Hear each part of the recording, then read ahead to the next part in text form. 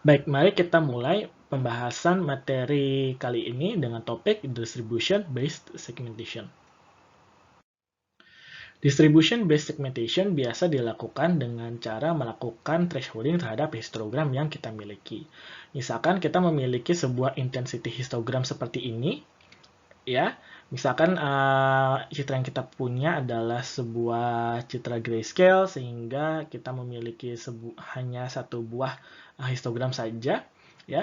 Maka kita dapat melakukan separasi terhadap bagian yang terang, yang cerah, yang ini, ya, dan juga daerah yang gelap, yaitu ini, dengan menggunakan threshold T, ya. Kalau misalkan kita lebih tertarik terhadap area yang lebih terang, maka bisa kita masukkan nilai 1 untuk daerah yang terang, sedangkan nilai 0 untuk daerah yang gelap. Nah, apabila T bersifat konstan terhadap semua bagian image fx, maka metode ini disebut global thresholding. Akan tetapi apabila nilai T, nilai thresholdingnya itu bervariasi terhadap beberapa bagian di sebuah citra saja, maka metode tersebut dinamakan variable thresholding.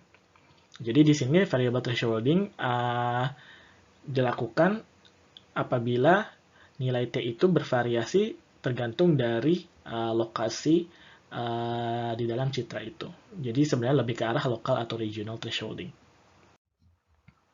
Nah, misalkan kita memiliki sebuah histogram seperti ini, ya, di mana ada 3 bagian, tidak hanya 2 bagian saja, ya, maka kita juga bisa melakukan thresholding histogram ini untuk mendapatkan 3 buah bagian yang berbeda. Nah, ada beberapa hal yang mempengaruhi hasil segmentasi menggunakan metode thresholding ini. Yang pertama adalah noise, ya. Di sini adalah ilustrasi bagaimana noise bisa mengganggu proses thresholding yang ideal. Jadi misalkan ini ada sebuah image tanpa noise, maka kita bisa mendapatkan histogram yang sangat jelas. Ya, sangat jelas dalam artian kita bisa dengan mudah membedakan mana bagian yang foreground atau objeknya yang ini, ya, foreground, dan mana yang bagian yang background. Nah, apabila kita tambahkan noise, misalkan di sini standar deviasinya 10, maka bagian antara foreground dan background-nya masih bisa kita separasi, kita lakukan separasi. Akan tetapi kalau misalkan noise, ya, noise-nya terlalu besar, dalam hal ini misalkan contohnya adalah dengan standar deviasi 50, maka kita tidak bisa melakukan thresholding terhadap image yang ada, karena hanya ada satu buah puncak dari gambar yang kita miliki. Lalu permasalahan kedua adalah poor illumination, ya. Jadi illuminationnya itu tidak merata pada seluruh bagian citra yang ada. Di sini misalkan adalah sebuah citra dengan noise 10 yang di sini, ya, kita memiliki histogram seperti ini.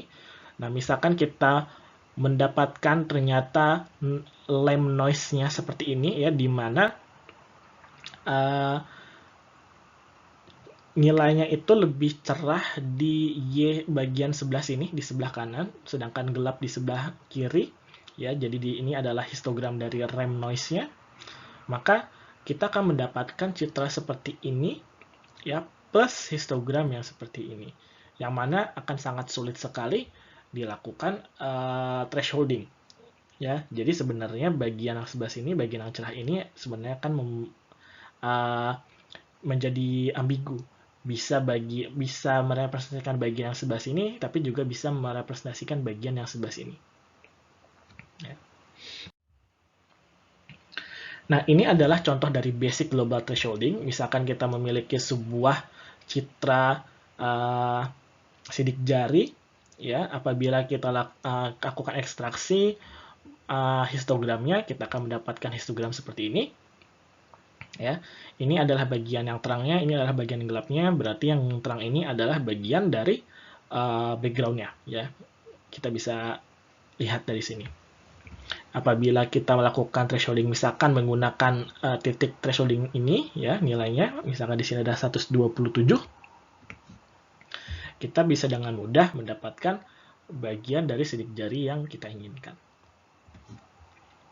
Akan tetapi pada yang sama, lagi-lagi sebenarnya nilai thresholding yang paling bagus itu yang mana? Ya kalau misalkan yang ini sudah mungkin cukup jelas nilainya adalah 127, tapi kalau misalkan nilai histogramnya itu tidak tidak jelas dalam artian bagian mana yang harus kita separasi, ya maka pertanyaannya akan muncul adalah nilai value atau nilai threshold apa yang harus kita gunakan untuk mendapatkan segmentasi yang terbaik. Nah, di bagian berikutnya kita akan membahas sebuah metode bernama Otsu's Method, di mana ini adalah salah satu metode yang paling sering digunakan untuk melakukan optimum global thresholding.